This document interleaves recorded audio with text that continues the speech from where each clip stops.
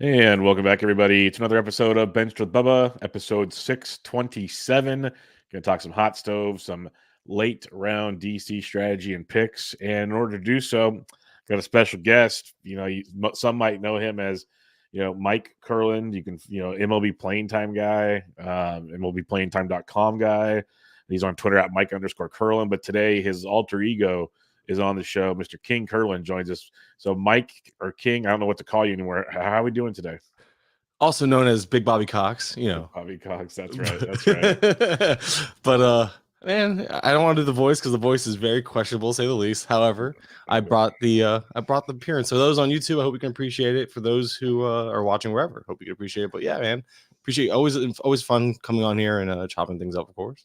Yep, it'll be fun. It was just you guys are as surprised as I am because I did not know this was coming until he logged in. So it'll be fun. It'll be entertaining on a Wednesday morning as it's 9:00 my time when we're drinking an energy drink. Wearing this looks very. It's like very Bobby Cox style right there. Yeah. You got to use that with your food stamp so you can pay for your 3 different baby mama's child support. It's how Bobby Cox operates. I only have 2 baby mamas and 1 on child support. Okay, sorry, my bad. that little stereotype right there hit home right there. Yeah. It's all good. It's all good. I'm a good father, I swear. Before you are a great father, that's why it's funny. Is before we get into the hot stove and everything, you've been busting your butt on your MLBplayingtime.com. So I want everybody to know what's going on there and. It's pretty. Your teams are done at least, so that's pretty fun. Yeah, they are done. I can share the screen again. I know you put this on YouTube, right? So yeah, we can share. Perfect. I'll share the screen and we can talk about the site a little bit, just because it's gonna be a cheap plug. So it's up whenever you want to add it. If you want to add it to the thing, anyway, it's great for people want to see want to hear that, right? So. This is it, man. It's MLBplayingtime.com. I'm gonna probably get the domain MLB PT so people can shorthand it because we're all lazy. I'm gonna all appreciate 5letters.com, right? Mm-hmm. But so pretty much what I did was I took my niche over the last few years. I've been kind of building on it, thinking what can I do to keep improving on it, to keep adding to it. This came to it, so we have all the projected lineups, and it acts sort of like a roster resource, but I obviously find myself disagreeing with them. So I got all 30 teams done. You click on a team and it redirects you to the page, and it's not, it is what it is. It's a Google Doc I'm able to upload to the site to where I can update it live behind the scenes and all that. So it's one of those things where, and it locks so you can't screw it up on the thing, but it has lefties, righties, so it has the matchups or lineups, projected lineups for lefties, for righties. I happen to pick the Dodgers, go figure. But yeah, it shows all the hitters on the 40-man. So right now it's only hitters, only lineups. I made a point to do lefty and righty lineups because these days every team pretty much has 2 lineups. And I look at it like, well, that's kind of the new norm. So I wanted to make sure we can show that. And then I color code it with players I see being part-time, short side platoons, strong side platoons. And then I have a notes section that helps give a little added context, whether it be stats, recent trends, whatever it might be. It'll kind of just be thrown in there to help justify what's going on and maybe give reasoning to why I'm so different from roster resource, because we know roster resource is kind of the gospel of everything. That's where everyone references anyway. And I wanted to kind of not just give competition, but I also don't agree with a lot of what they're doing in terms of their projected lineups, especially early in the offseason. I think as we get closer to the offseason, we'll mesh a lot more. But there's times where even throughout the season, I don't find it to be correct. So I wanted to do my own thing. So I'm just switching pages because I can't help myself. But yeah, so that was that's kind of what the idea of well, I'm doing this already. I wanted to kind of give another resource for people to kind of look at, because I know, and then I have people your boy, because I gotta be on brand here. Your boy, right? Bloom. He messaged me, was like, yeah, man, because he's appreciating, he loves it. He uses it in conjunction with roster resource. And I think that's a great idea. I'm not saying use mine over roster resource, although obviously I will always say use mine over them just because I trust my product. But I think it's if nothing else, pull it up, look at theirs and see the differences. And then at least you can look at my notes, and maybe my notes will cover why. I don't make a point to directly cover why usually. I just make a point to explain why I do certain things the way I do. So sometimes it gives you the answer, sometimes it doesn't. Just hit me up on Twitter or X, whatever it's called, and you can do that. But beyond all 30 teams being live on the site right now and updated as live as moves happen, I also have pretty much little write-ups. I'll take a couple signings, Teoscar, Vaughn, the trades, whatever. I'll break them down so then you can go so when you look at the stuff, there's write-ups on all that. Playing time reports is what I've been calling them. Right now, lately I did a little series on the NL catchers. I went team by team looking at trends and like who gets the DH spots and all that. I know I'm rambling on and on, but what I wanted to emphasize is that if it's about playing time, this site is covering it. We also have on the lineup charts. If you go down again, if you pick a team, we'll pick the Braves this time. On the very bottom, and I'll do a video for Twitter as well, probably so people know. But I have it. You can see the tabs. The spring training sheets are. I'm moving stuff. They're starting to get on the site, so you'll see that's where all the spring training lineups are going to be. They're going to be every roster is going to have different tabs for the spring training sheets. All the weeks are going to be there, and you can that way you'll be able to see my updated notes. Every lineup throughout all of spring training for all 30 teams. So that's going to be unique to the site. And I don't know if a site that has all that in one place. So. And yeah, all my write-ups and all that have a home now. So yeah, it's kind of like just taking the niche and like this site is playing time, roster trends, just for hitters right now. Eventually I will, expand for pitchers. Probably I said I wouldn't get writers and stuff like that, but I really do think I need to get somebody to do RPs and SPs. If only I knew people that did RPs and SPs but no, I don't think George and Mike want to do that. Because then that would defeat the purpose of why we took a step back, right? Yeah. The guy would defeat the whole thing.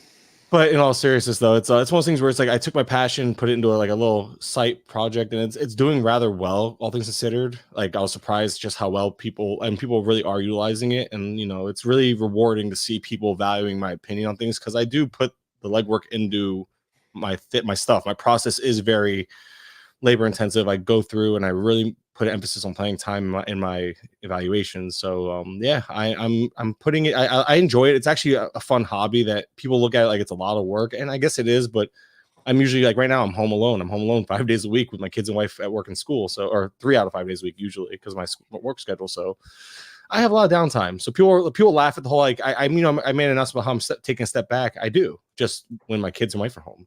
People just don't realize that. People don't realize that how much downtime I actually have. That's the problem. So yeah, anyway, I'm rambling. I've talked for like 5 minutes now. I think people are sick of hearing me. We can go on with what we're doing. But I just wanted to, I guess this was a free plug. Sorry to use your platform for that. But no, that's what I wanted you to hear. I really believe in my that's what I wanted you to hear for. That's why I gave you a hard time. I said, let me know when your teams are done so I can actually have you on the show to promote it. So when he wrapped it up, we started getting ready to do it. I think it's a great tool. I give my constructive feedback, because I can talk to Kurland on the side in different ways, like brothers talk to each other. I don't know why you would do that, but and so it's going to be a great site. Obviously, a lot of people are utilizing it, and it's going to keep growing. So I'm looking forward to it because I'm like most of us have all really enjoyed your playing time stuff, your spring training stuff, and now it's all in one stop shop and. It's free for now, so that's fun as well. It's going to stay free. I'm just looking at ways to be obviously because everything's coming out of pocket, including the amount of time I put into it. So I am going to find a way to monetize something. If it's adding some ads or what I'm thinking is like for the first year, do nothing and then take the numbers from take all my here's all my clicks, here's my viewers. I'm anticipating maybe 10% growth year 2 as I grow the follow, whatever it might be. And maybe shop ad space, like just because I don't want ads on the site popping up and getting in the way of everything. I hate that as a user. I don't want to go the Fangraphs route of like bogging down the site so much that you almost have to pay for it, which I don't want to throw shade. I understand, and trust me, it's such a great resource. It's worth paying for. I really do believe that, but I hate that if you don't pay for it, you can't. The site will crash and stuff. It drives me nuts. So just look at Fantrax. I talk about it all the time. Like I try to like read an article once in a while, especially that injury article, the daily one that comes out from Sports Nuts. And there's certain days I can't even scroll to the bottom of the article and finish it because it's just on my phone, just so many ads, it's gone. So. And so I don't want to go that route. So I'm thinking like maybe I can sell ad space or maybe I can just come up with a concept. Like, how for the first year I did the Patreon, it was just me and George and I would do my write-ups there behind a very cheap paywall on the Patreon. Maybe I can, because I'm going to do, that's the big reason why the big step back for at least me. And I know you're still full go, but I'm not doing, because I was doing like 5 or 6 write-ups a week minimum. Like that was lineups and the other stuff, the daily, like I'd go on Savant and just recap stuff daily there too. I'm not doing that. That's where like I can run a site easier than I can write 6 team by team breakdowns of things like that. that shows you how much work those things were, right? So like, yeah, I rather run a site and just do as I please. But I was thinking like if I did like a playing time report on Monday, that's not helping people in fab leagues, right? People want stuff on Sunday, so maybe I do my playing time report for free on Mondays for those who don't play NFBC. But then most people that utilize this type of information play high stakes and play NFBC and play fab. So maybe I offer it for a low amount and it's out Sunday mornings, as like it's like a fab / playing time report, so you can get all the information before fab, and that way I'm still getting some monetization while still keeping true to my word of keeping it free. Well, type of thing. this is all behind the scenes stuff that Kurland is letting you know about. So it's Where my fun head's stuff. But the last thing I'll say, and I don't even want your comics. We're going to go to the hot stuff. We're going to get to the outline here now.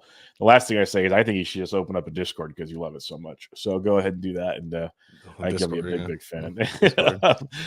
Let's go to the hot stove, everybody, and let's talk about the transactions like we do on my weekly show with a guest. Is whatever's transpired since the last episode. We're going to talk about. Obviously, some are very not relevant, but it might affect playing time. So we'll talk about it with Kurland. But the first move we're going to talk about that took place after the show was the Mariners trading Robbie Ray to the Gigantes for Mitch Haniger and Anthony DeSclafani. As a Giants fan, I like it just for like 2025 and beyond. I like the idea of getting Ray for the price and all this stuff. Haniger, I never wanted in the first place, so gone. Disco's disco. He's an extra piece. There obviously are domino effects to Haniger going to the outfield in Seattle, and there'll be a trade we'll talk about too that even adds to the outfield conundrum in Seattle. So what's your thoughts on this Robbie Ray for Haniger and DeSclafani trade? Well, I think it's actually kind of a win-win for both teams. I think we all know the Giants, one thing they do have is depth of mediocrity. And I think Haniger was among that. So what you did was you dumped the salary. You almost, because they exchanged, the whole point of this was also to exchange salaries, right? Like Haniger and Ray make similar. Yeah, so the Giants was the Giants sent money, or the Giants like sent more money to even out. Like, so it wasn't a salary dump; it was even money. Yeah, so it wasn't. It was more so like it was a salary. There was no salary dump involved. It was like, hey, we'll take your scraps, you take ours. But I think Robbie Ray is a better piece for that Giants team than Haniger is. So I think the Giants addressed what should be pitching concerns probably in the second half. I mean, starting the second half, Ray could return, all that good stuff. And then Mitch Haniger is a much needed righty bat, or not even righty, just an outfielder in that lineup. They had like the second half of that Seattle lineup before these trades, like you mentioned, we'll get to it shortly, but was very questionable to say the least. You had Taylor Trammell, Cade Marlowe, and I love Marlowe, but I'm realistic of what he's more of a fourth outfielder type. I'm aware. As much as I love him, I get it. And then you also had Dominic Canzone, which again, it kind of goes right into the next trade, and we'll talk more about those, like the fallout of it all. But at the end of the day, those were the three main guys getting the playing time, and now they filled. So there was obviously a need for bats and outfielders, and the Mariners went out and addressed it while keeping. They had depth at SP already, and they know how to develop it. So this company will turn into a good, solid SP6. Probably get some meaningful innings at some point for them. Is how I look at it. Yep. I don't think he's starting for them day one, but I do think he's either a long relief guy and then gets those spot starts as needed. Like if Woo's injured or if Bryce Miller struggles or whatever it might be, DeSclafani's the next man up. So I think it's just a good move from both sides of things. Yeah, it's the Giants kind of adding depth for the future without having because if you look at what Robbie Ray could potentially do for the price point of what's going on the market these days, not bad at all. It's a good little move in that regard, but it trimmed fat. Giants had excess outfielders and whatnot. Haniger, I'm just not a fan of either because he's always hurt, and I mean a litany of other things I've talked about. I actually wrote about these trades that took place that day also. And Disco, I'm with you. He's the long reliever for now. He'll probably still get close to 100 innings or so because he'll make probably 10 starts between all the young pitchers and injuries and whatnot. That's just a given, but it's actually good for Disco because he's had a couple years with a ton of innings. Otherwise, it's been a rocky road for him as well. And could be a spot starter guy, maybe a streamer throughout the season, but nothing I'm too excited about. Not even at DC. I'm not even really looking at DeSclafani as a target of mine. But yeah, it changes things in the outfield for the Mariners. I'll just transition to this one so we can do a really deep into the Mariners situation. The Mariners then traded Jose Caballero to the Rays for Luke Raley. And this one stung my core. Like I hated this because I loved Luke Raley at his first base outfield / DH situation in Tampa, basically playing against every right-handed pitcher. So he's going to play 110, 120 something games, power, speed. I loved that upside for a guy like Luke Raley. What's your thoughts here? Because I have my thoughts where it's obviously if I hate it, it's not good for what's taking place here. So how do you see this playing out in Seattle now? They've added Haniger. They've added Raley. You mentioned Canzone. You mentioned Marlowe. J-Rod's not going anywhere. So how do you see this playing out? So you and I have very different views. I see this as a positive for Raley, actually. I think he goes from a maybe plays 5 out of 7 days against like 5 out of every 6 righties type of thing, where like, because that's how he kind of trended. I know Raley started off really hot, slowed way down, but then you turn around and he was on this team with the Rays that was super crowded, that I don't think his role was as secure. Now he goes to the Mariners, where I don't think they wanted to depend on Marlowe's bat. Canzone, we all want to see get a shot, but he's not a great fielder. Not that Raley's great either, but I think Raley probably was better. I'd have to look at the numbers, actually, to be honest. But I'm assuming because Canzone didn't set the bar very high. He was like, Raley was good. He was like top of my head, like 19 homers, 14 steals, something like that. I'm pulling it up now, but I meant like defensively though. Oh, defensively, I can't help. Because that's where I think that's where a lot of this playing time stuff also we overlook it on the fantasy side of things. And I think we went back to talking about this last year. So I put a lot of value into defensive metrics when I start looking at like what could be a tiebreaker, and Raley obviously having a really strong year overall offensively, coming in with at the very least left field he was a 0 outs above average, and that's average, and then a 2 DRS, kind of the two main defensive metrics I look at personally, and he was above average with his arm too, it looks like. But yeah, those are the stats I kind of look at these days for defense, and he was a positive or neutral in both. Whereas Canzone is like a negative in both, or was last year. Not saying Canzone can't develop, but I think Canzone's best path to playing time and to keep the batting line was to DH, and then they filled it with Garver and backfilled it again with Haniger, the Mitches. Yeah. So it's one of those things where Canzone, I think, takes the biggest hit here. I think Raley's going to be a starter every day at least against righties. I think he's a strong side platoon partner and might even get a shot against lefties, because I don't know how much they want to depend on Trammell. I don't think. Oh no, they have Haggerty and Dylan Moore and those guys, but even then, I think Raley has a shot to even get a chance against lefties. I don't think he succeeds and keeps his job against lefties, but I do think he can get a look at him. So personally, I like this move. I guess you aren't as optimistic as I am, but I think it's a slight stock up for Raley. And Haniger, I think he was already in a mostly regular role. I think he's going to play mostly regular. I think he's the one who plays 5 out of 7 games overall with a heavy emphasis on getting lefties.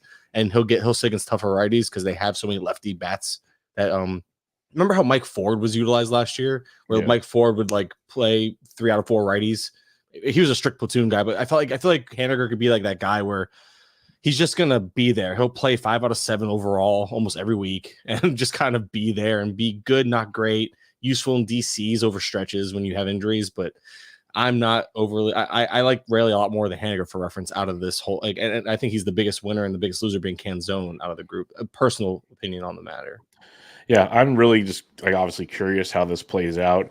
But like I look at Raley last year, and obviously different team, but it was 35 games at first, 65 in the outfield, 18 at DH. So he spread it out everywhere. Again, Rays being a different ball club, but it just makes me wonder: do the Mariners just leave him in the outfield? Because Ty France is playing first, DH is locked up, like you said.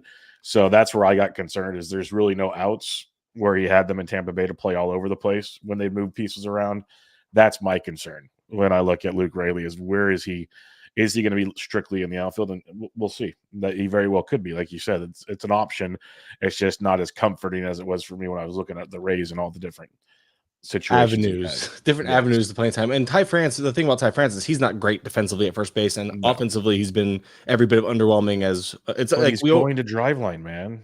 And that's honestly a reason for optimism. It really is. I know we all laugh at that, but let's be honest. A guy with like France who has the contact skill, like he doesn't strike out. He just doesn't. So if he can learn to, and I think our biggest concern was always like, hey, can you just get the ball in the air a little more? There's very little swing and miss. We're talking over 90% Z contact over the last 3 years, in each last 3 years for Ty France.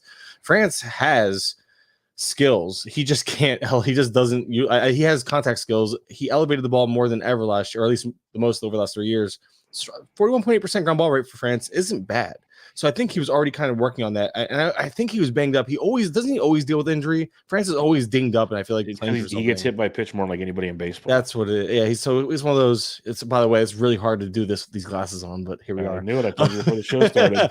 But anyway, yeah. So Ty France, I do think driveline is good for him. I'd like to think that he's the type of hitter that can benefit from like maybe giving up a little bit of that contact skill and maybe selling out a little bit for power. I think France is good enough to get away with that type of thing, almost like a Paredes type, where Paredes is really good at putting the bat on the ball, even though like you look at everyone talks about the approach, that we all know the approach is legit, the metrics won't back it.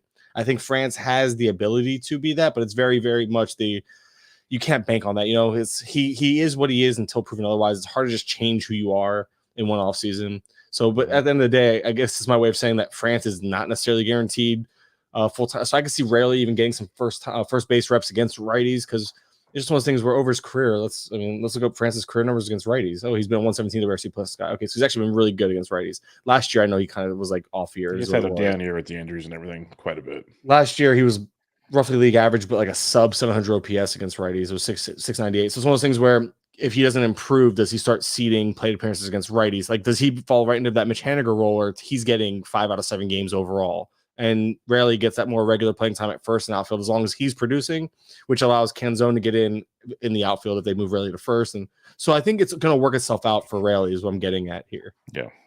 We'll see. It'll be fun. Like that's where my brain's at. We'll see for sure. Let's go to the Caballero side, coming to Tampa Bay. And I know initially you were not on my side on this one, but you have transferred to my side on this one with Caballero, because I said, okay, well, here's their shortstop. It's convenient this trade happened like a day or two after all the stuff down south where someone went to jail and everything. So it makes sense that Caballero is going to be the short. At least I think he's going to be the shortstop. He's a utility player, but he played all over the diamond. He can play shortstop, because the biggest thing we look at Tampa Bay, like roster resource had Taylor Walls. He's not even going to start the year. He's hurt. Like, he's not even eligible to start the year, essentially. People are hoping Junior Caballero could be the guy at short, and that's still an option, obviously, but his defense at short ain't great. Like, it's not a good thing. And you got Paredes and Yandy out there. So do you want to keep even Caballero up there? That's another conversation. But what's your thoughts on Caballero? Because I think it moves him into shortstop. And, when you look at ADP over the last, 10 drafts, he becomes very, very interesting at an ADP of 566, as high as 446. So what's your thoughts there? So Caballero, he was in the write-up I did recently as well, because obviously I just like you, I cover all these moves just because it's part of what I'm trying to do with the site, right? Like, obviously I have to cover these moves, but that's what opened my eyes. I didn't realize how good he was, and it was a small sample, but a 4 DRS and 2 outs above average. Again, defensively, the Rays do value a good defensive shortstop. That's why Walls was even such a regular last year, because his defense is usually better than average, and he can play multiple positions. Well, I think Caballero comes in and takes over that role, and I think I was behind on the Walls news. I knew Walls was injured or possibly injured. I didn't realize that it's like I've heard reports that he's trending towards being ready for opening day, in which case I think he still makes the team then, and he just becomes the utility player. I'm still giving Caballero the edge, because I think Caballero is at least a league average bat, whereas Walls is not league average. Yeah. So I'm looking at Caballero, 89.5% Z contact last year, a 9.1% swing strike rate. Both are well better than league average. So that strong contact skill and plus speed, I project him to bat 9th and play every day for them as shortstop personally. Yep.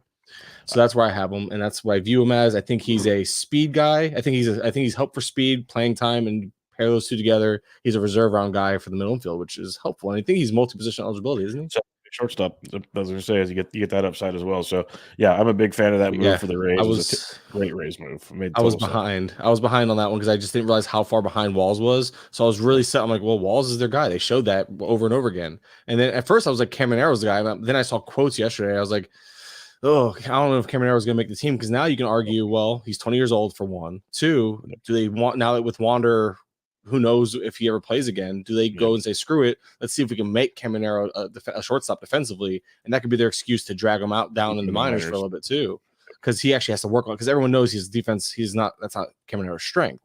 So they can justify various paths to putting him in the minors, which already concerns me for Caballero's upside, or 2024 upside or projection. So Caballero went from being like, I started him off at shortstop, moved him off shortstop for Walls. This is how it went.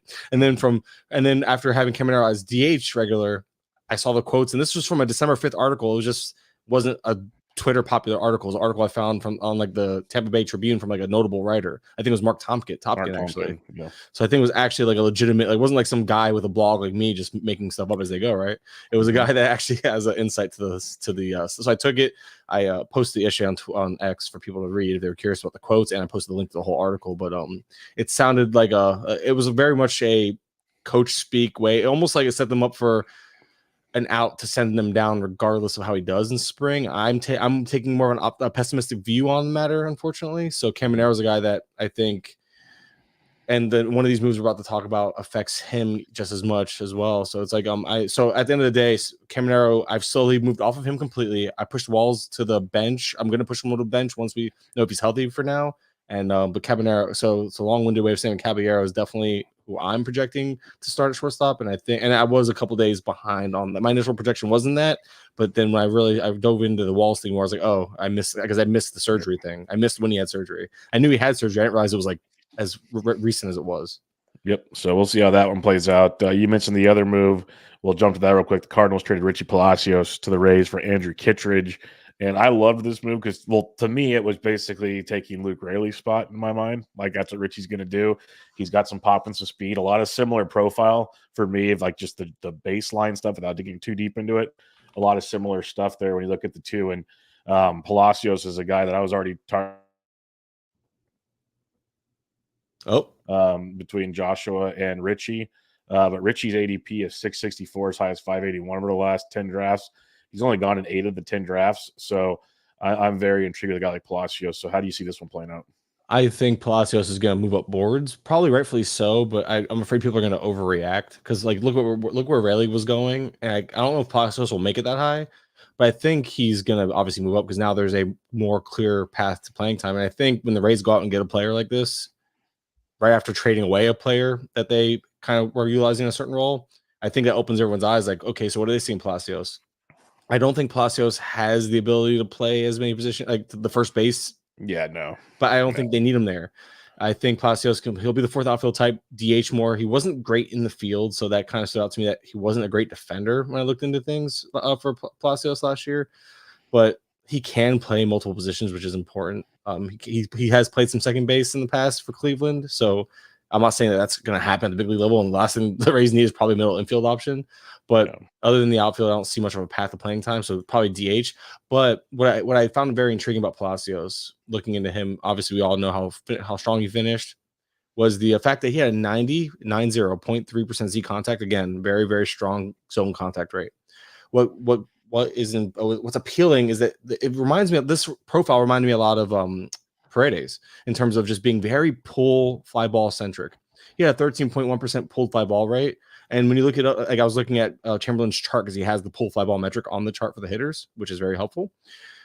He over the second half, Palacios was like one of the top 15 or 20 in pull fly ball rate. So, and this was, I think it was like right there with or more than Paredes. So I think they saw this approach change in his profile, which led to more barrels, more hard hits. Because, you know, again, you're whatever it might be, it's usually part of that approach.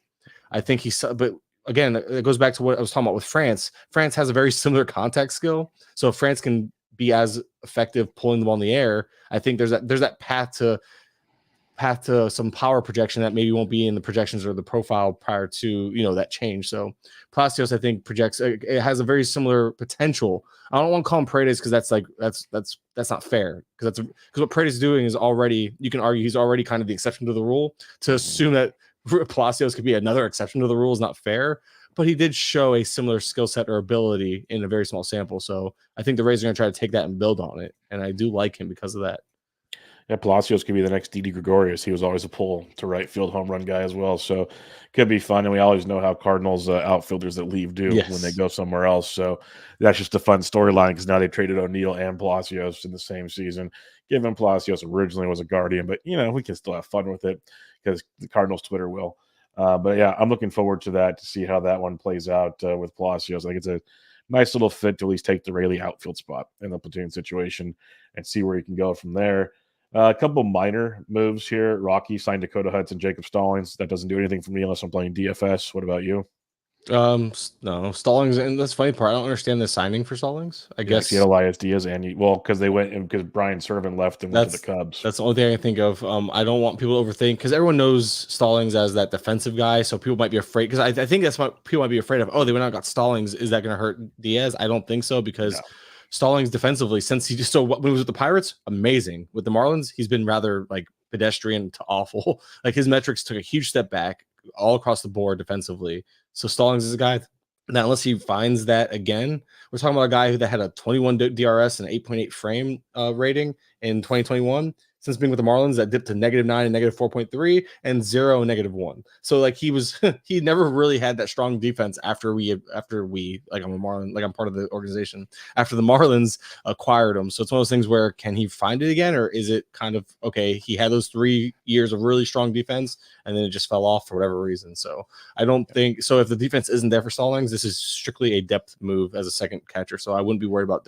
Diaz. Just one of those things I felt like was worth touching on because I think people might have been mildly concerned because everyone just views Stallings blindly as a defensive upgrade or a defensive catcher type of thing. He's no Austin Hedges, you know. Good point. Very good point. No Austin Hedges. That is for damn sure. Jesus Christ. Brian Serven going to the Cubs. I tweeted about it. And you would have appreciated it because you got me on Miguel Amaya last year. I miss him. I tweeted it when they signed Brian Serven. I said, can you guys just leave Miguel Amaya alone, please?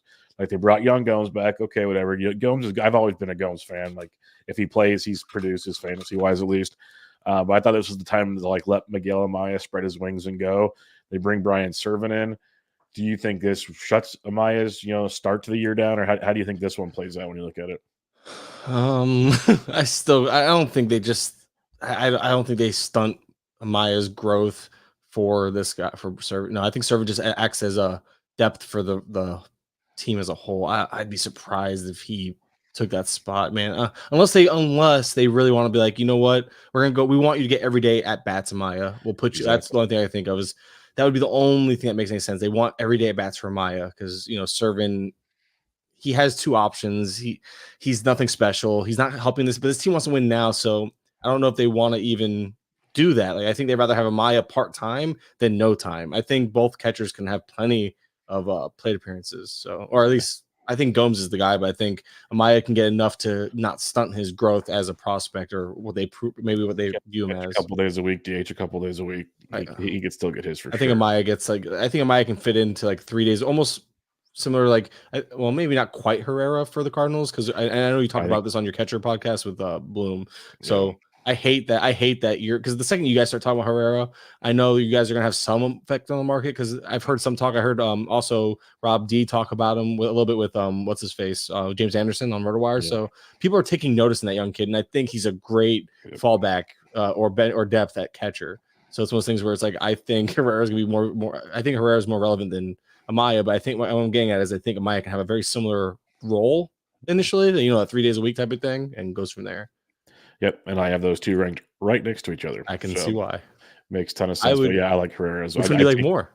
Herrera. Okay. Make sure I'm with you. Yeah, I like Herrera. Like I said, I talked about him when I wrote about him for the Black Book. It really, really, really opened my eyes to the way the like playing time, all kinds of things with Herrera. So, yeah, I think there's a definite avenue to success on that one. Let's go to the New York Mets. They went and signed Shoto Imanaga. Like, honestly, as a Giants fan, the way he finished, I'm like, bring him back. Let him pitch for Melvin. The guy might utilize him correctly because Imanaga was pissed last year by the way they utilized him in that rotation. Him and Kapler did not see eye to eye on things. That was one very, very clear. And in September, when he started like regularly, he pitched phenomenally for Shoto Imanaga. I thought this was a nice, cheap move by the Mets, a Mets team that Senga, Quintana, Severino, Minaya, Hauser, like not murderers row, but dudes that can eat innings. So what's your thoughts on this Shoto Imanaga to the Mets, especially when you look at ADP wise? This is where I can't spell. That's my problem. He has an ADP of about 400 over the last 10 drafts. Oh, well, I think that's fine. Like he's not somebody I go out of my way to get type of thing, but I mean, it's one of those things where he's innings. There is some upside. I view him with some upside, honestly, just because I think that there's that sweeper. We don't know how he's going to utilize it for over a full season. Can he build off of that? He's back at driveline again. We saw last time that when I went to driveline, he added like 4 miles per hour, which is ridiculous.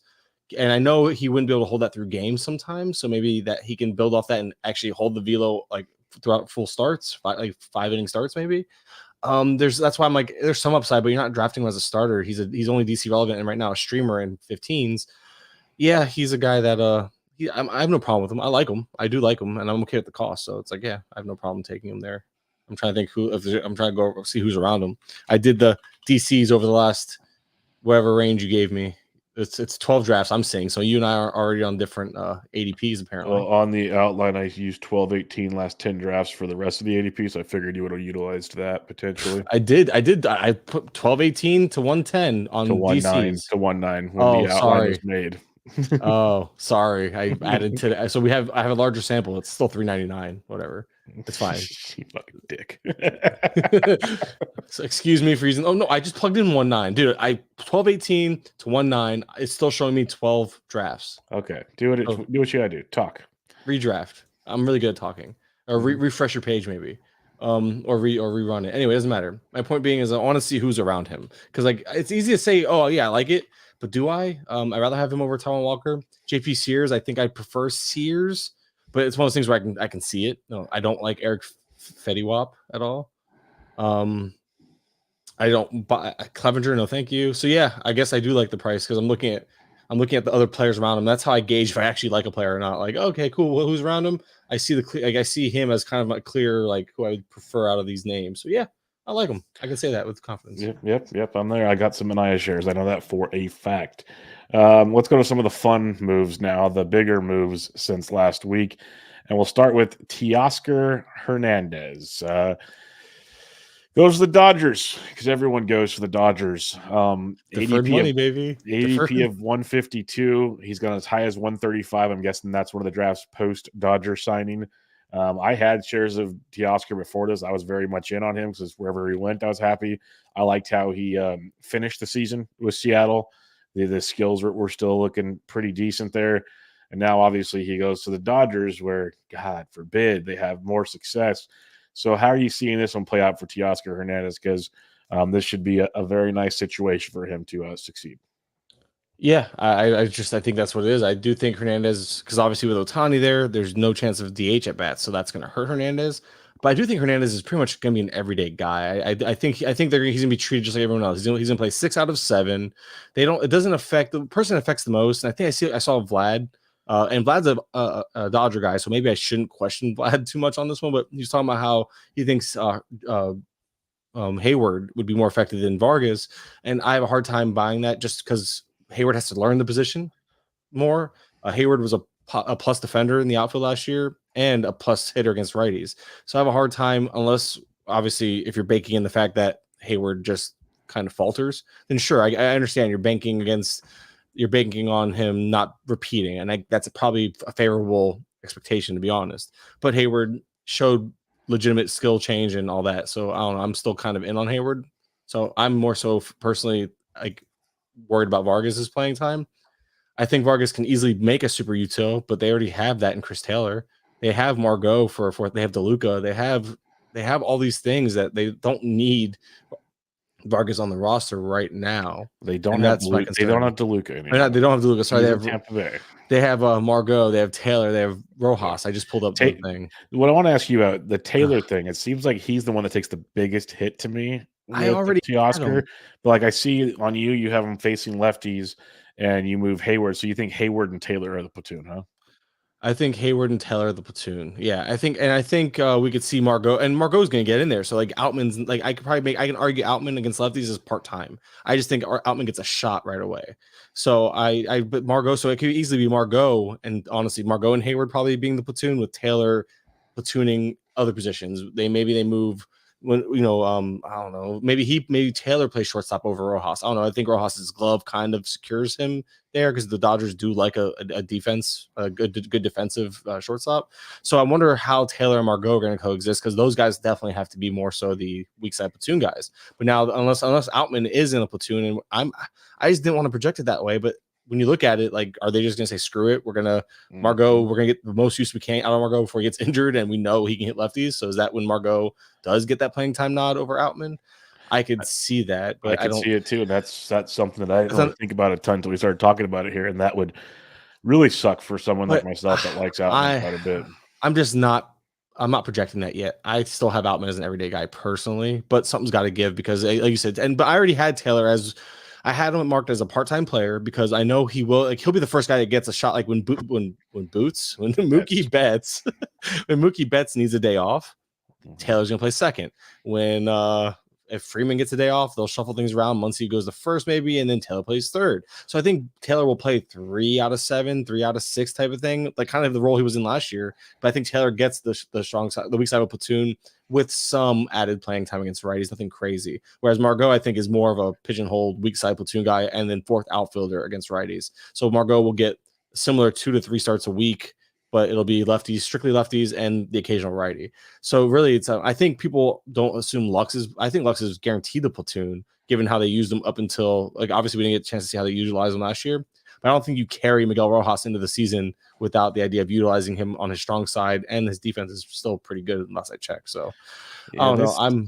This becomes just an interesting topic, just because, like, so you have Lux, who I know myself and others were excited about coming back, second base outfit eligible, ADP of 240, as high as 184. Now, if he platoons, that's still strong side, but is he worth that ADP?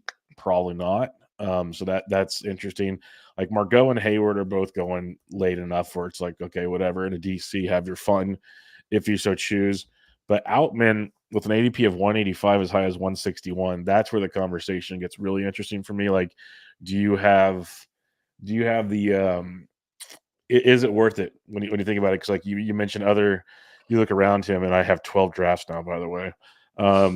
You have, like, Isaac Paredes goes right before him, Nolan Gorman going right after Outman. If you look outfielders, you have Brandon Nimmo going a little bit after Outman. There's not a ton of outfielders in this range. Lars Newbar goes even farther. So it's not a lot of outfielders in general. It's either like take a pitcher or another positional player. A lot of pitchers in this range. So it really makes you kind of think, at least me as a guy that liked Outman, liked the upside of playing like 75% of the time, which he still could. I still see him playing like solid 80% overall. Like, I don't think again. I don't project him as a weak side platoon guy. But the names you mentioned, just for reference, I do like Paredes more. Gorman, I think Gorman's actually more likely to platoon, so I'm less in on Gorman than I am on Outman. And other hitters in this area, I'm just trying to find any. There's Tovar, not many. thank you. It's a lot of pitchers. Maybe, and that's why I have a couple Outman, but they were early because I think now I kind of land on pitching here. So I think I'm more likely to get a pitcher or even one of the catchers that are in this area. Like, you guys see Mitch Garver's right there. But then also, if I like Outman, I feel like he's part of that skill set that's like, once we get into the next set of hitters, you can kind of pick and choose. Like, I know Outman's more of a power and speed, but if I want power, I could just go Hoskins. If I want a little bit of power and speed with a little less pop, Lars Newbar's right there. So it's like, there's options right around him that's like I can wait on and get similar enough production, or at least like I can go a different direction offensively and get close to at least one or the other in terms of power or speed production. So that's why it's like, I'm looking at it, I'm like, but I'm not fading Outman though, because I have a couple shares. I don't know. I do think this adds to the. I think what this does is if Outman starts with a full-time job, which I expect him to, I think the leash is short, is all it is against lefties. It just adds more wrinkles to it. Live from Germany, Eric Cross says, I have no words for Kurland. So that's fun stuff. Let's talk about the last move on this signing section. Shoto Imanaga signs with Chicago Cubs. ADP of 221 as high as 197. It's much needed depth, let's say, for the Chicago Cubs when you look at things here, because you got Justin Steele and his sex appeal. That's really great leading the way. Jameson Taillon, but then you got Imanaga, Kyle Hendricks, Jordan Wicks. They still need more pitching, honestly. But I was hoping the Giants would get him. I think we all did, at least all Giants fans. And another guy that just goes away because the Giants can't close. Like, no coffee gets drank in San Francisco, and people might know that reference. I don't know. But Imanaga going to the Cubs. What are your thoughts here? Because I kind of liked him. His ADP will climb, though. Yeah, I don't know, man. Because I saw somebody mention that he could be a little fly ball prone, and in that park, you don't want to have too many fly balls. So I don't know. I don't know. I can't speak on him. I can't speak on, how do you say his last name? Imanaga? I call it Imanaga. Could totally be butchering it. That's the problem. I wish I need to hear. The problem is I've never heard it either. So I've never heard it either, other than other people saying it. But anyway, I don't know enough about him to give a proper assessment. Like, I've read about him. I've seen his arsenal. I've tweeted about his arsenal, like what's being said about it. I don't know if I can go look at his BREF page, but how will that play up? I think that if there's a reason why teams were so in on him. I look in this range and you expect him to go up as well. So I see players here I feel more comfortable with, is what it is, I think. So if I want some upside, sure, I see it. But like, do I really want him more than Ryan Pepio, who's going ahead of him right now? But I feel like we're talking 30 picks, about 30 picks, so 2 rounds. I can see a little bump now that he has a home. Does he land around Shane Baz, where there's equal unknowns but better team context for Baz? stuff like that. So that's why it's like I have a hard time seeing. I think people are going to jump him up higher because people are just going to get excited about Imanaga. So I don't know. I'm not really all that in on him. But real quick, Cross has no words, but I have an energy drink and even more on brand, I have beef jerky. Oh, God. Here we go. But all right, that'll wrap up our hot stove section. And let's see what we can do here. I put some late round ADP bubbles. We're going to talk target strategy.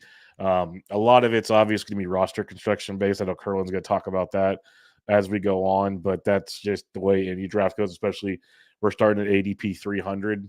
So we're starting to hit reserve rounds here. We'll go 3 to 350, pick one, 51 to 400, so on and so forth, all the way down to about 650 and see where things go from there. So, Kurland, we're going to start with ADPs 3 to 350. I used from 12-18s. You have 12 drafts if you'd like. What are we thinking when you look at a target potentially in this range? So this is where I wanted to talk on at least strategy, what I've been trying to do. So my first 3 DCs, I hated 2 of them. I did it largely off feel. One of them was so early that the positions weren't updated, so I screwed up my bench really badly because once they updated, I didn't have half the position eligibility anymore.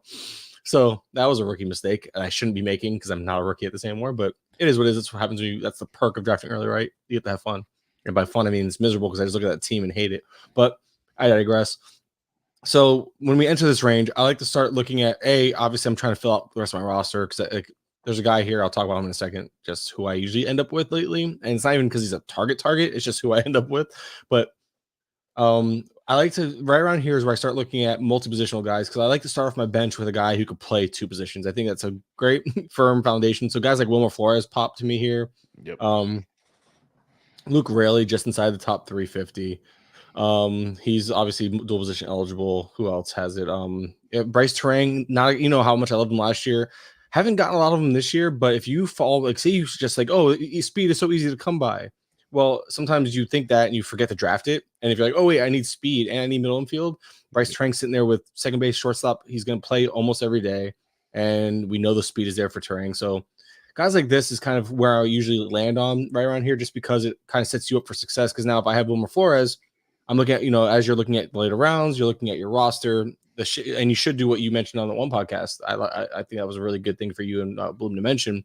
If you're doing these DCs, pull up the roster grid, and you can see, like, as you're going through, I'm like, crap, I only have 2 first basemen. Oh wait, no, I have, and I remember I go look, I have Luke Raley or I have Wilmer Flores. Like, oh yeah, he plays there too, so I really have 3. So it gives me a little more. It gives me a little more ways to play around with the later picks. And I think those later picks, like, you still want to worry about, I like to have certain, check certain boxes with my picks. So these guys, I think, are a really strong way to start your reserve rounds. That's all. So I know it was a little bit of a rant, but real quick, the guy I've been landing on, and there's not really a whole lot of analysis here. It's just Manzardo just keeps falling to me. And I'm not even targeting him. I just keep taking him because I always end up needing corner infield with power. And Manzardo's like, check. So he's a guy that I just keep, like, I know he's not even like, he's not technically guaranteed to make the team, but I'd be so surprised if they make him start in the minor leagues, even as cheap as the Guardians are. That would be ridiculous at this point. I feel like we all can agree to that. Yep. So Manzaro's a guy I just kind of land on because it feels like it feels very Anthony Rizzo-ish, like, I don't know, like guy mid to upper 20s in home runs, 250 plus batting average. I know Rizzo can hit for higher, but I'm thinking like older Rizzo that was like before the injuries really got to him, where the shift would kill his average, but he would still put up the 25 to 30 home runs and hit like around 250-ish. I feel like that's what I'm expecting out of Manzardo. I'm curious what his projections are, honestly. But yeah, no, I don't mind that at all. I think there's definitely some upside with Manzardo. I love a lot of those guys you mentioned. Flores has been a target of mine. Terang I just took in my recent DC with that speed and multi-position flexibility. I always love my multi-position guys. That's why I pound the Luis Rengifo drum as much as people might get annoyed by it. The dude has playing time all over the diamond, which is beautiful for a format like this. But in this range for me, outside of, like, I would almost put Wilmer Flores, but I want to go full homer right out the gate. It's a great pick, though, especially now with Haniger. Haniger's out of the way. Haniger was one of the people projected to get in the way for like DH at bats. Yeah, no, Flores will play a ton. Plus, the Giants are old, so people get hurt. Like, Flores will play a lot. Like even if he just platoons at first base with Lamont Wade, like that'll get him out there. Then someone will get hurt in the middle of the field. Like it just goes everywhere. But the other guy I put down here is Matt Wallner. I know there's a lot more people talking about Wallner. I think Kurland put out even a tweet with Wallner the other day. His second half power was ridiculous. He's still kind of in a strong side of a platoon with the Twins right now going into the season. But as a whole, that power is like just awesome. We want outfield depth in DC as we talk about. A guy that can provide that kind of power. Like I'm a big fan of what Wallner could do. So similar to your Manzardo, I like Wallner for a similar reason as well. Yeah, Wallner. I haven't gotten any of them, but I'm not opposed to it because if you want to hit on that depth for outfield and you want power upside, Wallner checks those boxes. He's what Joey Gallo used to be like for us now, but we've learned to not chase that skill set earlier than we need to. So definitely. 351 to 400. Who are a target or two that you're looking at here? Well, this one's interesting because I'm not huge on Jake Cronenworth, but say if I go Wallner or a pitcher, my first reserve round pick, I like Cronenworth. That goes back to the eligibility thing because I know he's going to play every day and he has first and second base. So he's a guy I'll settle for, not necessarily a target, just a guy that I think, as boring and crappy as he is, same thing with LeMahieu. These are guys that are just going to play every day. I really like what we saw with Michael Massey in the second half. He's another guy. I actually just landed on him. He did fall a little bit in this last draft, but I just landed on him, and I really like him. But one of my favorite targets is Lamont Wade. And yeah, he's probably gonna platoon, but we know he can actually play above platooning. So we know he's playing is kind of the point here. And he checks the other boxes of playing first base and outfield. So it's just I'm a sucker for it, man. I'm a sucker for it in the early reserve rounds because it just allows me so much more the ability to just kind of play with some upside picks later on, or like, okay, I don't need this position as much, or I have depth at it. And I like to hammer home playing time and depth in the reserve rounds. I don't just chase the upside. There are some upside plays. Like I really like Garrett Mitchell lately because ever since they traded away Tyrone Taylor, I think Garrett Mitchell gets that first crack at a strong side platoon role. So I've been getting Garrett Mitchell as my fifth outfielder, and just knowing I have to get some depth, and I like to rotate outfielders anyway. So Garrett Mitchell is another guy I really like because I think, remember last year, the hype was there and he was showing out a little bit in spring, if I remember correctly, before injuring himself. Yep. So I think there's I think it's a post-hype guy. I think we've kind of collectively forgotten about how good he can be, or potentially can be. I know Sherio and Weimer are there, and that kind of adds to a little bit of the unknown. But I think Garrett Mitchell gets at the very least a strong side platoon. So he's a guy that between him and Lamont Wade, I usually land on one of those guys in that range. I have so much Lamont Wade right now. I should probably start transitioning somewhere else. But for that first base outfield, like you mentioned, I'm a big fan of.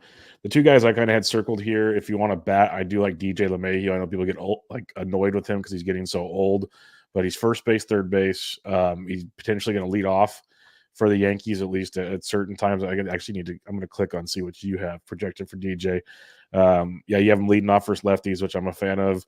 And then he still plays versus righties. He's going to play a lot in a very good lineup, I think. So, like, playing time is harder and harder to find the deeper in these drafts you go, obviously. So, I got like DJ and his flexibility I like. On the flip side, though, pitching, James MacArthur of the Royals. I know there's a lot of debate. Is it MacArthur? Is it Anderson? Will Smith's there. Talking with Kevin Hastings on my Royals preview, Will Smith's the only lefty in that pen. So, there's a good chance he gets utilized all kinds of places. Nick Anderson's interesting if they want to trade him, but MacArthur's not ARB eligible for a couple years, and he's the guy that the Royals want to be the closer. So I think just a chance to get a potential closer this late, or at least maybe 15, 20 saves. And I mentioned, if you want, Anderson goes like 200 picks later, double dip right there, and you got the Royal saves potentially, all 30 of them. So have fun with that. But MacArthur's a guy, if you want to go later, that I've been targeting as well. 401 to 450. What are you looking at, big Bobby Cox?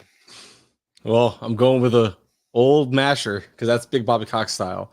I'm a sucker for Carlos Santana over and over again because I think he's going to land. I'm personally thinking he's going to land with Milwaukee again. We saw how good Santana was for Milwaukee. They have Jake Bauers, and I don't think Jake Bauers is enough of a reason to not let Santana play every day and let Jake Bauers be your util guy. I don't see why they don't just bring Santana back. He's already been linked to 3 teams, so I think he's gonna be somewhere. That's the thing. I really like Santana, and I know I can probably bank on 20 to 25 home runs. The dude, as old as he is, he's like ageless because he just continues to have the same skill set. Doesn't strike out, makes a ton of contact. We finally saw the BABIP bounce back a little bit, and all it took him was having a 255 BABIP to hit 240 with 23 home runs last year. So Santana's a guy that he's boring, he's old, but he just is consistent as consistent gets. And I don't think that even at 37, I think he's gonna age just fine for another year. And I just kind of like get him and don't even think twice. He's just a guy, and I feel bad. I'm not giving any pitchers. So real quick, I'll just mention going back to just being steady. I just think that there's 3 here I usually go with. One that's very steady in Kyle Gibson, because I feel like you're getting Kyle Gibson. You're getting innings. You're getting production. Nothing sexy, nothing flashy. I turn around, and if I don't go for him, say I built really strong, I'll go for Casey Mize, because I think there's a floor there that is somewhat safe, because he's going to be healthy-ish this year, at least to start the year probably. And we know Casey Mize has some upside. But then, of course, my boy Max Meyer over in Miami. I think if you want to take a shot on some like full-on upside, we know Max Meyer is a former top pick. We know the Marlins can develop pitching, and you're kind of betting on all that coming together. Not to mention this team's been Miami's been linked to selling off pitchers and possibly, and they're talking about putting Puck back into the rotation, all that. I think Max Meyer is going to get a shot, and we all know that when a pitcher comes up for Miami as a starter, there's a reason for excitement, and I think Max Meyer at this range is a really solid gamble. For sure. I even put on the outline, quote unquote, this is the fun range. I think there's a lot of ways to go here. Like Shoto Imanaga is almost at 400. You could use him as one, but like I love the idea of Davis Schneider. We saw the good and the bad. There was a lot of bad, but a lot of good. Going to play second base pretty regularly for Toronto. So again, playing time at that point in the draft, I like quite a bit. Quintana's boring, but it's innings. I'd rather have Gibson, like you said, but it's boring innings, which you want. I love Alex Cobb. Like getting the hip surgery, I think is tremendous for him. So I'm a big Alex Cobb guy. I have a ton of shares at 418 ADP here. And then like Mark Connick could be kind of interesting. The guy I picked is Ryan Noda at 426. He had the injury last season that kind of derailed a pretty solid season. Still a lot of strikeouts, but that can be improved on. The OBP skills are ridiculous. Going to lead off versus righties. There is some nice 20-plus home run power there as well. But again, guy that will play pretty much every single day in Ryan Noda. So I love that at this point in the draft. There's a few other guys. This is a fun range in this 4 to 450 where you can like jump ADP and get them a couple rounds earlier if you want. Just kind of pepper this range, do whatever you prefer. But it's definitely a section you can have some fun. 450 to 600 or to 500. Sorry, 450 to 500. Like, whoa. Yeah, 450 to 500. What are you looking at here?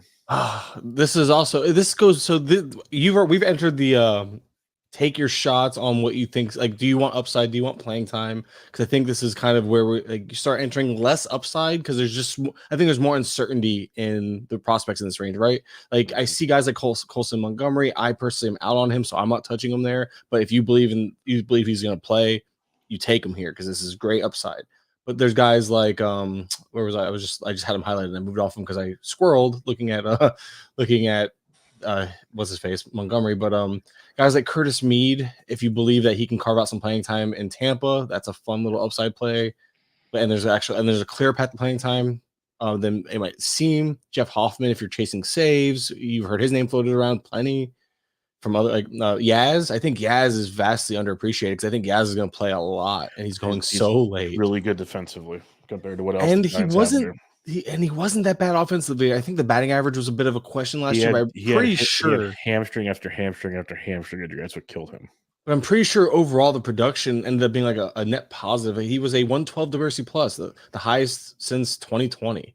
So like that's, for those who don't know, 100 is league average, and Yastrzemski put up a 112. I think Yaz is like, he's a guy that I forget about. I'm like, oh, I put him at the top of my queue and I always miss out on him. But he's a guy that I really like. Oh yeah, he's like, he should be going closer to where Lamont Wade's going, and you're getting him almost 80 picks later. Yeah. I feel like that's a miss market for sure. That's going to correct. I don't know how much more it corrects. Min picks 455, maybe talking him up a little bit, because I don't think anyone's talked him up, because I mean, let's be honest, it's Mike Yastrzemski. He's not fun, but we're talking about playing time. We're talking about a little bit of pop.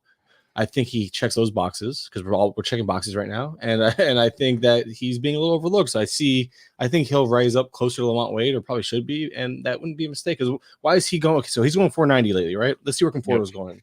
Conforto's going 409. Why is there 100? Why is there a 90 or 80 pick difference between them? No idea. And honestly, why is Conforto going first? That's a good. Well, because one reason is Conforto, at least last year, was healthier than Yaz, I guess. And people still hold out hope that Conforto can be this big power bat, which I just don't think he'll ever be. I'm with you. Like, I won't be drafting any Conforto. I just won't do it. I'd rather gamble. I'd rather gamble on Yaz at a better price. Yes. Well, that's the thing. But even if Yaz, even me talking up Yaz, I'm sure someone's screaming "shut up" because they don't want. Because it's a hidden. If you look at what's around here, I don't see anybody else who clearly stands out for playing time with Yaz. Colton Cowser has question marks. Luis Matos has question marks. This is why I was saying there's so much upside here, and people are taking these upside picks. Tyrone Taylor was a better pick up until they made it crowded, but I still think Taylor can find regular playing time sooner than later with injuries and underperformance. Jock Peterson doesn't have a team yet, but very similar. Like I understand taking Jock ahead of him because you assume whoever he signs with, strong side platoon. Seth Brown, I like better than Yaz. I'm okay with that. These are just names in the area. I'm just throwing out names right now. But Yaz is very underappreciated at this cost, and I have no problem taking him earlier than the ADP. That the not 490 ADP, the min pick of 455 is probably more appropriate. But I wouldn't see. I'm telling you who I like. If you want to jump him up to pick 400, do you, boo? I'll settle on any other. I'll settle on other names right on here. That's why it's like I don't like. I was on. I'm not gonna lie to you. A little tangent. I was a little apprehensive coming on here and giving you my picks because I still have so many drafts to do. I decided to do 3 more DCs because I can't say no. I just started another one. I got bets at 5. I'm actually pretty happy about that. That's the first pick and only pick so far. But yeah, so it's like it was one of those things where I don't know, but I realized Rob D. I shouted him out on the last podcast too. Just the way he looks at it. Like, I'll tell you who I like. You just have to be willing to take them before me, and if you are, I'll just take. I have plan B, C, and D in the chamber. I'm like, yeah, that's kind of how I look at it. So, plus, who's really taking my picks? I mean, maybe some people appreciate the names. We'll look into them more. Especially looking like that. Who would take your picks? Yeah. Let's be real. Come on. Big Bobby Cox approves, baby. Yep. In this range, like Brady Singer's my boy, but I like Drew Thorpe quite a bit. I like Brady Singer too, by the way. So you're not alone, at least. Thank you. At least like those second half changes. Bloomfield like understands my logic, but he still can't stomach it. Thing. It's funny. Well, it's gross. But at the price point, man, I'll take that chance. I think. Remember last year we were talking. I remember texting about it, so I'd have to double check it. But there was a little bit of a velo bump before the injury. And he upped his usage of a third pitch. Yeah, so there was a little bit of it went away after his injury, and he needs to bring it back because that was the one thing Hastings talked about on the Kansas City preview was Singer didn't think he needed a third pitch, and they're trying to convince him he does because he obviously does. And that's the big project this offseason. Everyone knows it, utilizing him. Yeah. So starting in July, the changeup was 7.5%, 8.1% in August, and then back down to 4.7 as he leaned back onto the sinker as the. But how much of that was the injury? Was he saying screw it? I think it was injury related. Is my 2 cents. That's what I'm thinking. Like, because I remember you could tell like the final 3 or 4 starts, he was like laboring through him with that shoulder. Yeah, like his velo dip. His velo was out there. His velo was down. Like the velo gain he made in the second half, that little one was disappeared. It just he went back down like a mile per hour. So yeah, he shouldn't have been on the mound. It was bad on the Royals and bad on their former coaching staff. So like I say, former for a reason. But yeah, I like Singer. I like Drew Thorpe though. If you want to start taking chances on young pitchers, threw almost 140 innings in the minors last year. Padres need pitching. Like right now, they have Randy Vasquez and freaking Pedro Avila as their 4 and 5. Like, you like Michael King, you like Darvish, but let's just be real. They aren't the pillars of health or innings right now. Like Darvish threw the most innings last year out of anybody in their rotation with 136. So they will need another pitcher. So that's where I think that we could utilize some Drew Thorpe in this one. Other than that, though, like there are some fun spots here, but like if you want to take a gamble on a Curtis Mead upside late in drafts, sure. But you mentioned Seth Brown. I think that's a really good one. Our boy Ivan Herrera is down here. If you want to catch your 3, like that's obviously a really good one to target. So is Miguel Amaya. So you can get your catcher 3 in this range. Get one of the 2 and walk away. So yeah, lots of options in this range that I don't think are too shabby at all. What do you like in 5 to 550? Let me look at it first. Oh yeah, you think I prepared? So Shelby Miller, a min pick of 190. That was a mistake. But someone got really excited about that one. They must have thought it was well, the news. You heard the news come out like he was talking about like, oh yeah, he could factor right into the back end of that. I think this is appropriate pricing. That news came out. I was in the DC with you, and I was like, please don't tell Bloom about the news because you picked like you already Speaking picked. Of Bloom, Bloom's in the chat saying, Kurland, take your shades off and join this 2-hour DC. Listen. I'm looking at the camera for you here, Bloom. If you watch back at this. I put the glasses down. You're not ready for this business, buddy. Like we're not going to go there. I'm just going to put them back up and get back to work. Get this work, son. Get this. No, okay. Anyway, I have problems. I have so many problems. People, how does anybody put up with me? My poor wife. At least my kids relate to me because I'm their age and my I was about brain. to say you act their age is the difference. That was terrifying. All right. Oh, imagine if I use the voice. If I use the voice, it'd be better. Yeah, don't do it. No, I know. We talked about it. It comes off really poorly. So Shelby Miller, I like this price if he stays around here, but I went to go look for him recently in a DC, like in one of the ones that's in this range, and he was already gone. I'm like, oh, if he's getting pushed up even higher than like, because I wonder what the true min pick is. I gotta go. We gotta somehow filter out that draft at the 190. Because I bet you he's probably going around the 400s and stuff, but I think this is still appropriate. I know the idea of like if you're chasing saves, I get it, but I do like him. But I also like Griffin Jacks right here. This is where if you haven't noticed, I take my shots here. I don't think Wusuk goes going to stay here anymore. Kirby Yates. I like taking my shot on save specs in this range. Ben Joyce even. These are just names like right here in this range. Why not take it? Like if you're looking for just a chance at some saves, Crochet's another name. I know he's factored in the past. Yeah, if you notice, like this range has a whole lot of like take your shots on some like pitching upside. But other than that, I'm Kiermaier. I land on a bit just because he's going to play 5 out of 7 probably for Toronto. He's going to play a lot. Yeah. That defense gets you in there. So again, we're talking about a guy just to pad the outfield. DeLuca finally, DeLuca for Tampa this time, not for the Dodgers. Yeah. See, I found myself like here. I'm just kind of like I like Kobe Mayo. He never makes it this far. Like the ADP's here, but I've never been in a draft where I look in 500s and he's there. And I used to be guilty of taking him, so I understand that Kobe Mayo he's just a lot of fun. He's an upside play there. But Kyle Isbell's, I think he's actually I don't want to talk about him. You're going to talk about him, but he's a guy that he's underappreciated because that playing time is more secure than people realize. Yep. But a lot, man. There's a lot of it's hard to really pick one person here just because. It's good to throw options out there though, because like I think Kyle Farmer, you didn't even mention his eligibility, and Jason Hayward. The Twins get hurt so much. It's there. Hayward and his platoon is intriguing at this point. I have a lot of Hayward actually. I actually usually jump his ADP from here. I'm the guy. A lot of people hit similar to like you mentioned with was it Norby or whatever. Hayward's always gone before this region in my drafts. I'm the guy taking him in the 400s. Like his min pick is 477. I don't know if that's me, but I'm close. Like I can tell you right. I couldn't tell you right this second where I took him this last one I'm in, but it was close to that. It was closer to the 477 than it is the 551. I have no problem because I believe that he's going to be playing mostly full time against righties. At least to start, he could lose the job and it could be a terrible pick. But I'm chasing a path to playing time here, and I think. So that's why I've argued my point for Hayward. Plus, I told you how good his splits were. Like I didn't break down the exact splits. I actually tweeted it out the other day. So it's like I know I have the number somewhere, but it's one of those things where I believe in what we saw last year to a point, and I think he will be useful throughout the year in spurts.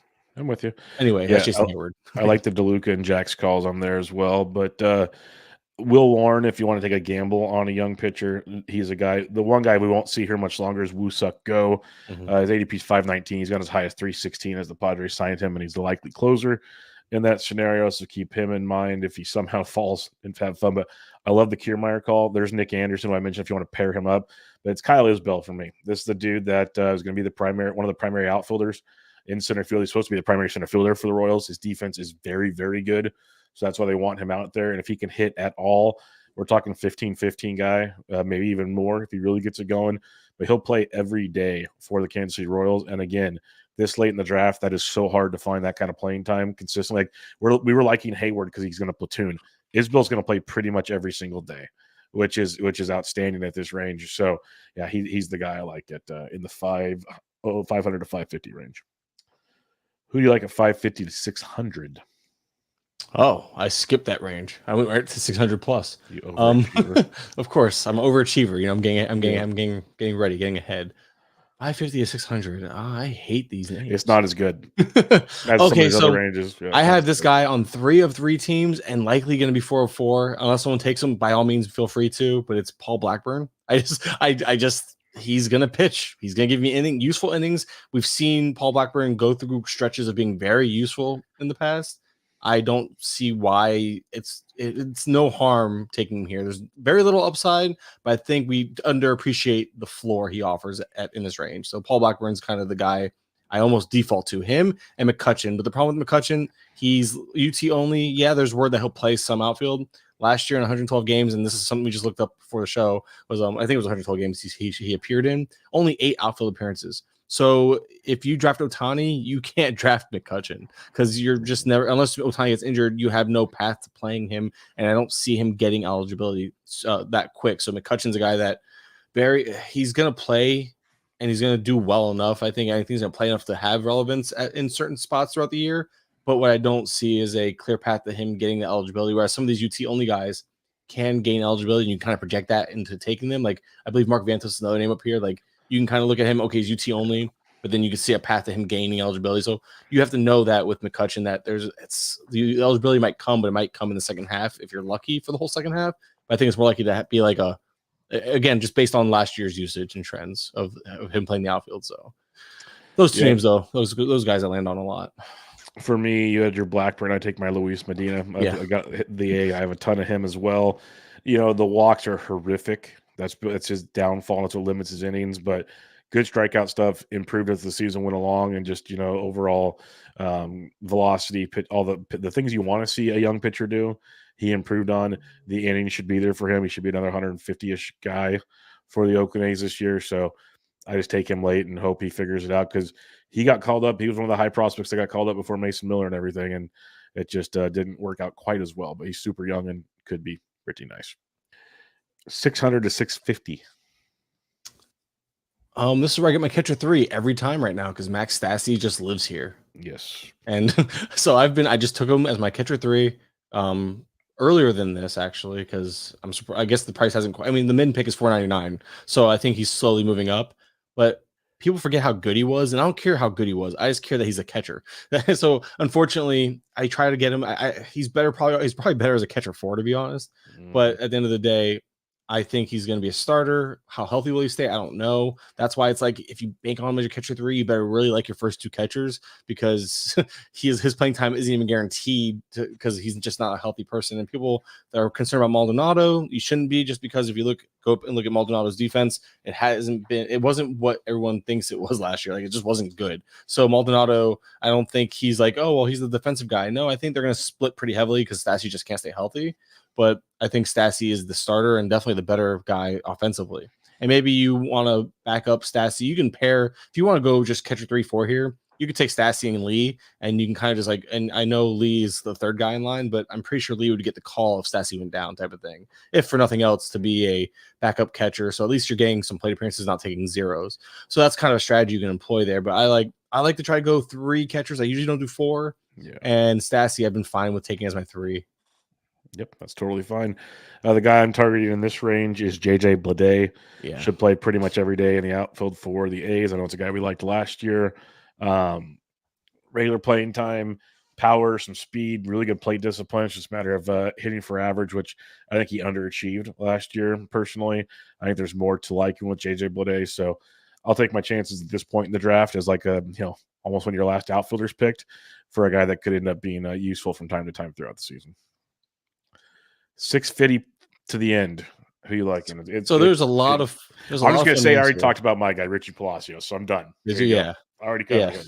Yeah, we covered him pretty well actually. Yeah. So last guy, and it's a guy that's been drafted 0 times over this range, and it's a guy that has been drafted 6 out of 55 DCs. So he's barely being touched. But I just doing the roster stuff, doing the lineup stuff. It's name that popped up as just somebody I can easily see a path of playing time. I can see him playing multiple positions. He's only UT only, but I can easily see a path to gaining MI/outfield because last year he played center field in the minors. He's played shortstop and second base in the minors throughout the last couple of years. And, we're talking about the Twins. It's a Twins prospect. We're talking about a Twins team that wants to trade Polanco and looking to cut salary. Austin Martin, former prospect of note. I feel like he was a guy that was talked about at least with some hype at once upon a time, probably back when he was in Toronto before he got traded. And just look at his numbers: a 14.3% walk rate and a 17.1% K rate in AAA for in 252 plate appearances last year. So yeah, only 59 games. I'm pretty sure injury. I have to look more into him even because I'm like, I didn't realize he only played 59. I know he played. I knew there was a lot of plate appearances, but he went from A to AAA.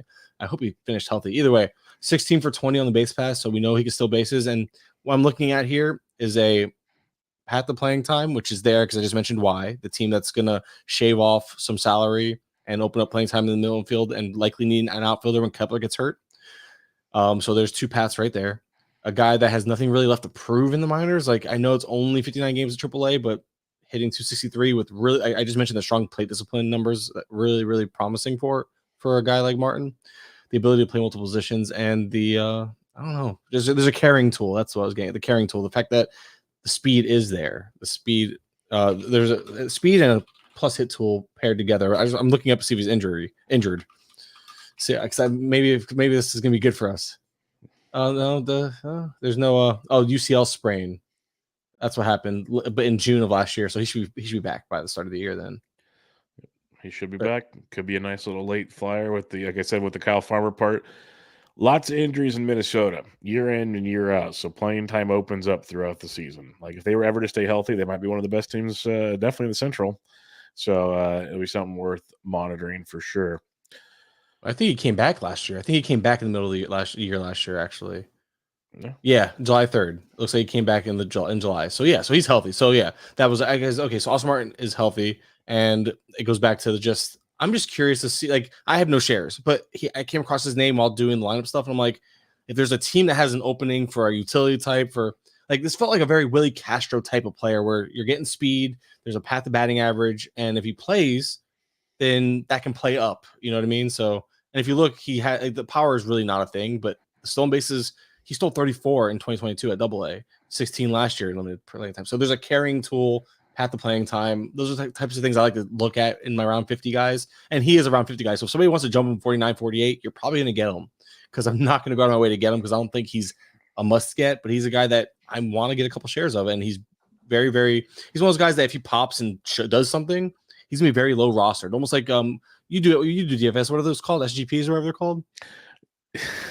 See, I don't know nothing about DFS. Oh, that's SGP standard gauge points. Yeah, whatever they're called. Man, help me out here. I don't do DFS. No, I'm just messing with you. You totally made me like skip my brain. There's cash games and I call them GPPs. GPPs. Yes, that's why I knew it was a prize GP. pool, guaranteed prize pool. Yeah, you see my brain's on the projection stuff. But anyway, so it's when you play those types of things, having that low rostered guy that pops really makes a difference.